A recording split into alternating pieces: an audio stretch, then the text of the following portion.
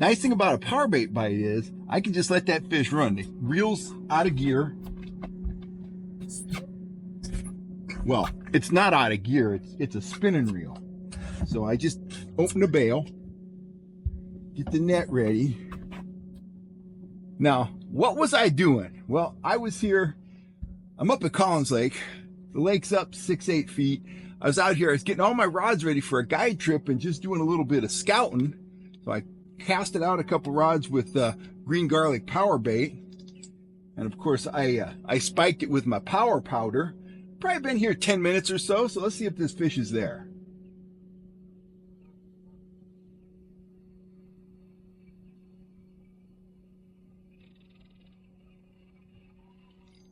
Oh yeah, right there.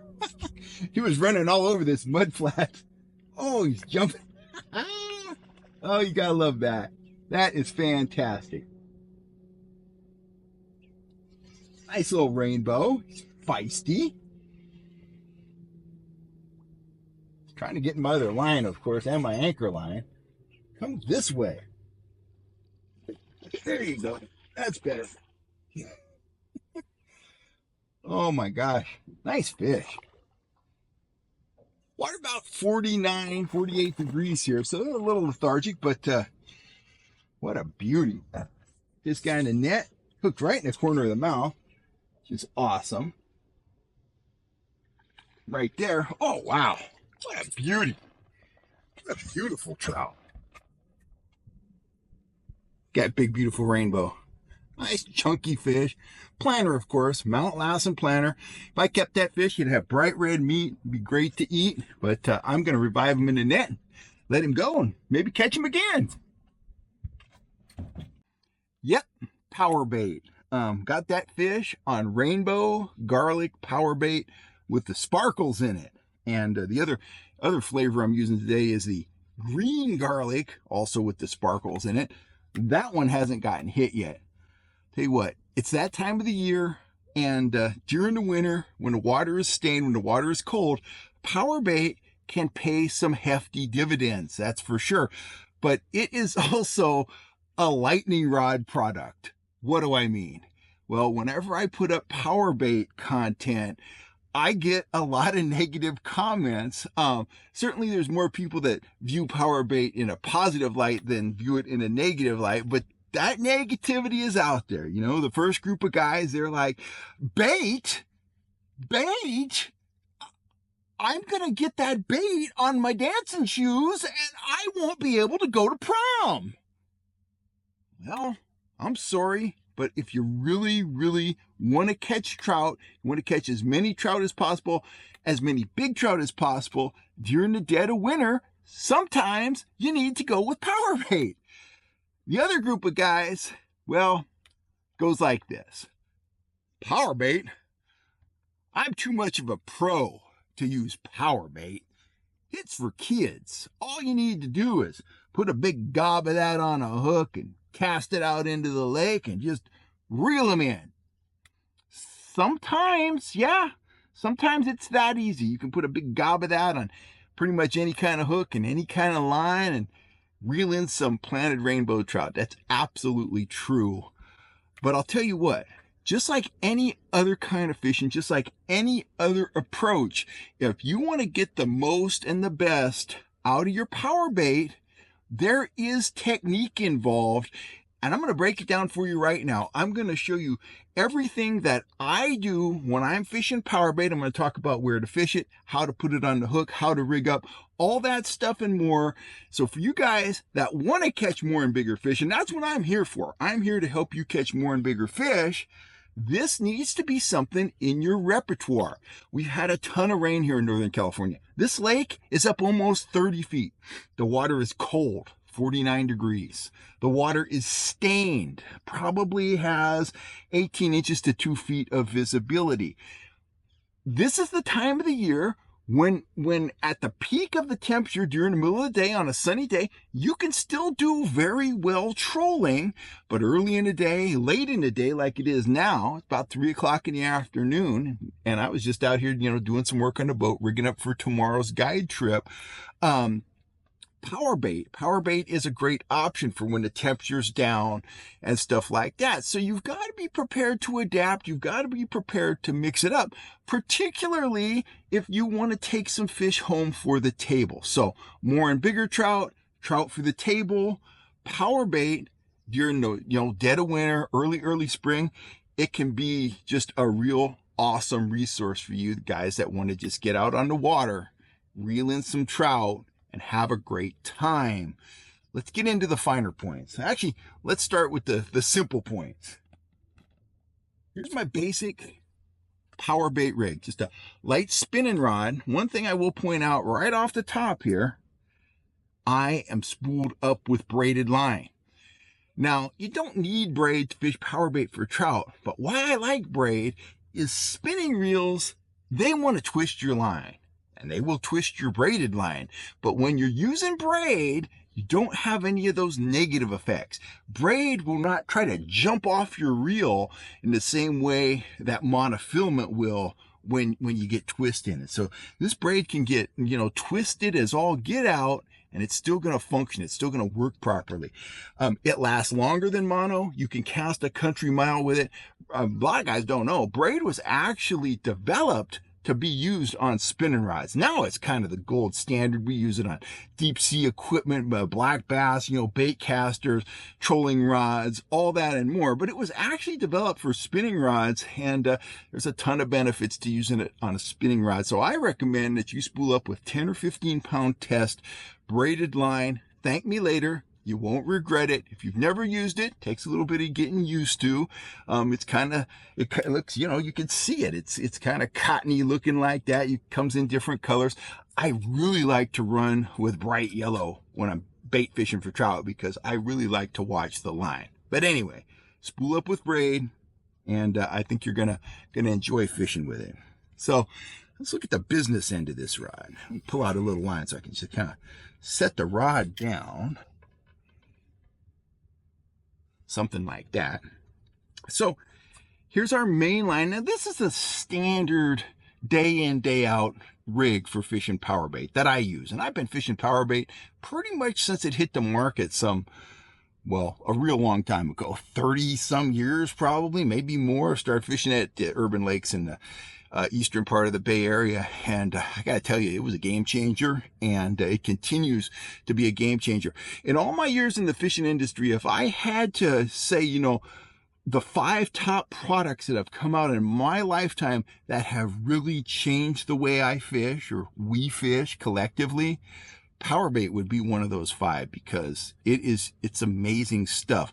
A lot of folks think it just catches planted trout. That's not true. It'll catch wild trout. It'll catch trout in the high mountains. I was up at Shasta with my wife one time. We casted it out into like 50 feet of water, and she caught several 3 to 4 pound rainbows that spent their entire lives eating shad. But guess what? They gobbled that green glitter garlic PowerBait down like it was candy. So catches wild trout, planted trout, freshly planted trout, holdover trout, trout in the valley, trout on top of a mountain.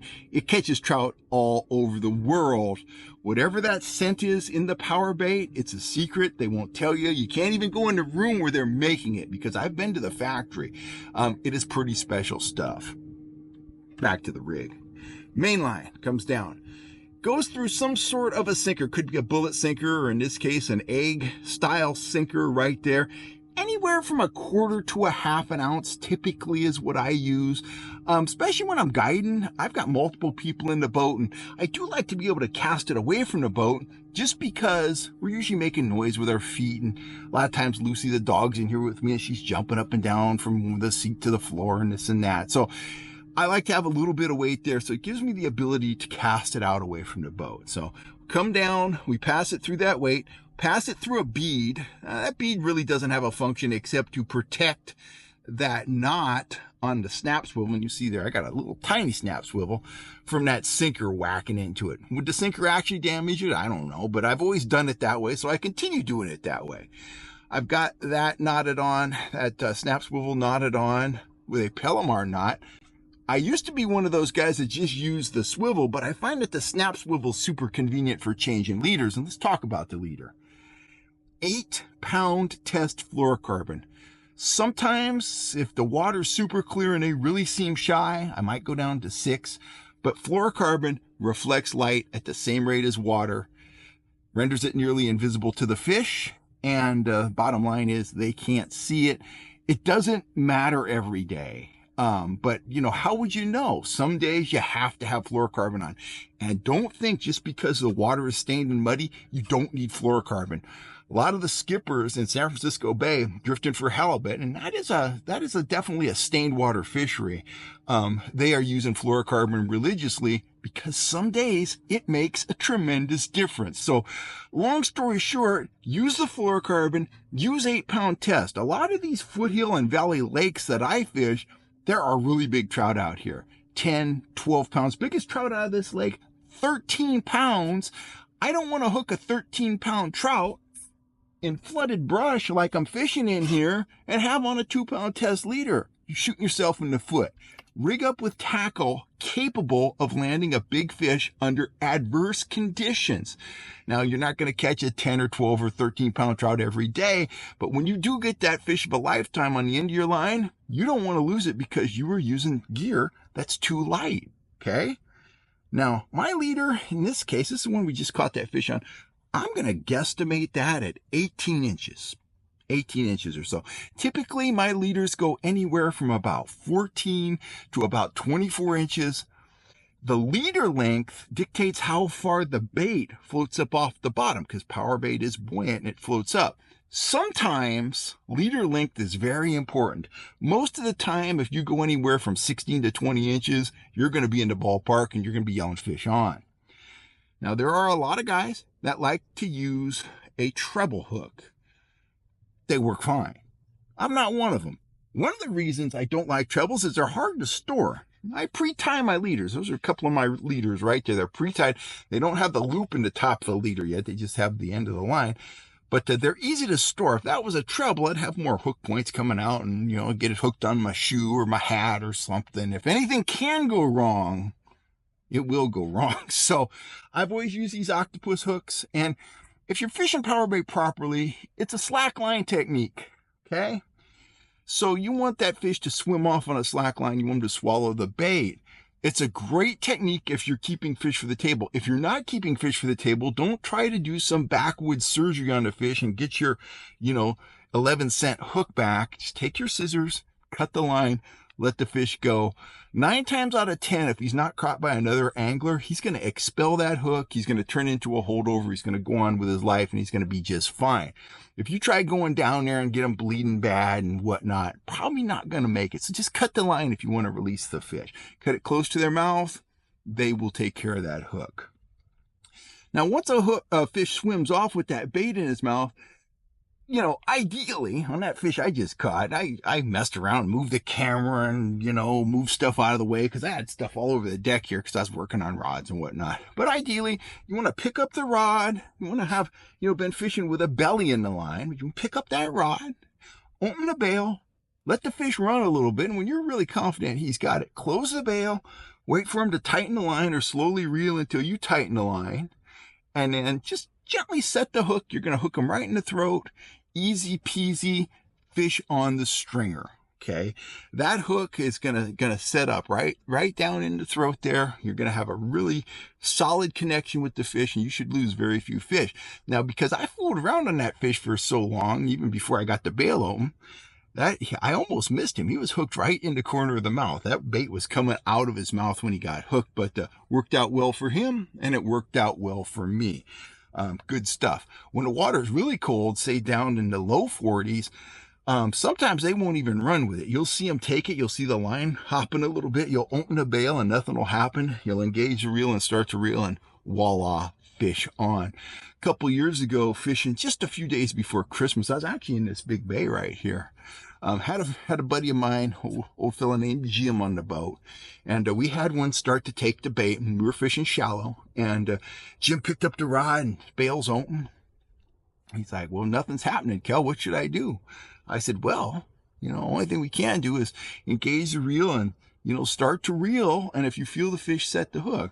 He started to reel, and this has been probably a minute of waiting for that fish to move. So he starts to reel, and sure enough, he comes tight on the fish on, and the fish jumps. And good gravy. It was big like a salmon. It was huge. And he fought that fish in on the spinning rod, and we netted it, and it was over 10 pounds. It was just a big, beautiful rainbow. But the moral of that story is that fish came along, ate that power bait, and didn't go anywhere. He just apparently stayed right there. His water was really cold, and he was lethargic. He'd eaten his meal, and he was content just to kind of hang out and not really go anywhere. And that fish went home with Jim. So anyway, let's talk about fishing locations and fishing technique. I did catch, I should bait the hook. Let's do that. And I'll talk a little bit about where I'm fishing now. This isn't the best spot for me to be fishing right now because the water is pretty darn deep, okay? Out in front of me here, it's 19 to 20 feet deep. That's too deep for this time of the year in most cases. And I did catch that fish on the shallower rod, which was probably in maybe 14, 15 feet of water, something like that. But ideally, when I'm fishing power bait in the winter, I like to fish near shore and I like to fish in 10 feet of water or less. Sometimes as shallow as 2 feet deep, believe it or not. They will get right up into the shallows, right up along the bank, because that's where the water warms up first. It's warmer in there. The plankton gets more active in that zone. The minnows get more active in that zone, and everything is just more comfortable in that zone where they find the warmest water available to them. Other areas that can be real good is anywhere there's a little seasonal creek or a tributary flowing into the lake. Sometimes there's a temperature change there. Sometimes that's bringing in nutrients, bringing food into the lake, stuff like that. I like to work any area that is a pinch point, something that concentrates cruising fish. Points do that. A fish is kind of moving along the shoreline. They've got to go around that point to get on the other side of it if that's their goal. Another place where trout tend to concentrate is they really don't like boats this time of the year. They like to just kind of sit there and do whatever trout do when they're really cold, meditate, whatever that is. A lot of times you'll find them in the backs of bays, in the backs of coves, in back corners where there's no trollers, where there's no boaters running through those areas to bother them. And they'll just be sitting in there. In that situation, a couple ways to go. One, you can beach your boat, fish off the bank in an area where not many people fish, or you can just ease in really quietly, anchor up, try to be as quiet as possible, or, have some rods that are capable of casting a good distance, kind of stay back from that area and make long casts into what you figure is the strike zone. But that can be very good. The backs of coves can be very good. Anytime there's a mud flat or sand flat, that can be real good too. Typically in the winter, I don't find fish on those real sharp drops. I don't find them on real steep banks. They like the flatter stuff. They like the shallower water. They like the warmer water, and just pays, especially if you're fishing from the bank, fishing power bait from the bank. It really pays to kind of haunt those areas that are bottlenecks, areas that concentrate the fish. I used to fish at Lake Del Val, if you're familiar with that, down kind of in the Livermore area, outside the Bay Area. And that lake had it was large at one end, large at the other end, and it had a narrow section in the middle. And I used to really like to hike out to the narrows just because it concentrated fish moving from one end of the lake to the other. So I don't like to sit on a spot for a really long amount of time. If you don't hook a fish within 20 to 30 to 40 minutes, typically it's a good idea to move on. And remember, these fish are cold, so they're not covering a ton of ground. When I say move on, I don't mean, go a mile down the lake. You might go 50 or 100 yards and get back into the fish. I think they tend to concentrate and mill around an area more than they just like to cruise like they would at other times of the year. So let's bait a hook and see how I do that. So go ahead, take your power bait. I don't like to use a big giant gob of it. Power bait's expensive and you don't need a whole bunch of it. I want to use about something just a little more than a 1/4 inch ball. So I get some on my finger like that. Now this is a secret. that I've been using for a few years, and I'm going to be marketing this stuff very soon. I call it Power Powder. It is a powder that I add to my PowerBait that I think really, really enhances its performance. It also makes it less messy to use. So it's bite stimulants, amino acids. I take my PowerBait, I sprinkle just a little bit in my hand, not a whole bunch, just a little bit, just like that much. Stick that in my pocket, and I just start rolling my PowerBait in that power powder. Now, what you're going to notice is I don't have any PowerBait residue on the palm of my hand. A lot of guys complain about that. They're like, that stuff is messy. That's never bothered me, but look at my hand, pretty darn clean. I just added a bunch of bite stimulants, try to say that a few times, to the PowerBait, and that makes it even more effective. Again, if you want to catch as many trout as possible, spike your PowerBait with my power powder. Thank me later. It will be available soon. Comes in that shaker just like you saw. There's enough in that bottle for literally hundreds and hundreds of balls of PowerBait. So take your ball of PowerBait, and this ball's a little big, but that's okay. Take your hook, just like that. Just like you're hooking a salmon egg. Start the tip of the hook in and kind of start to bring it around. Shove that hook inside the ball. And now this is important right here. A lot of guys tell me PowerBait comes off their hook. Well, I like to pinch it right around the eye of the hook. So you're not fishing with a true ball. It's kind of a teardrop shape, but by pinching that around the eye of that hook, it stays on the hook real well.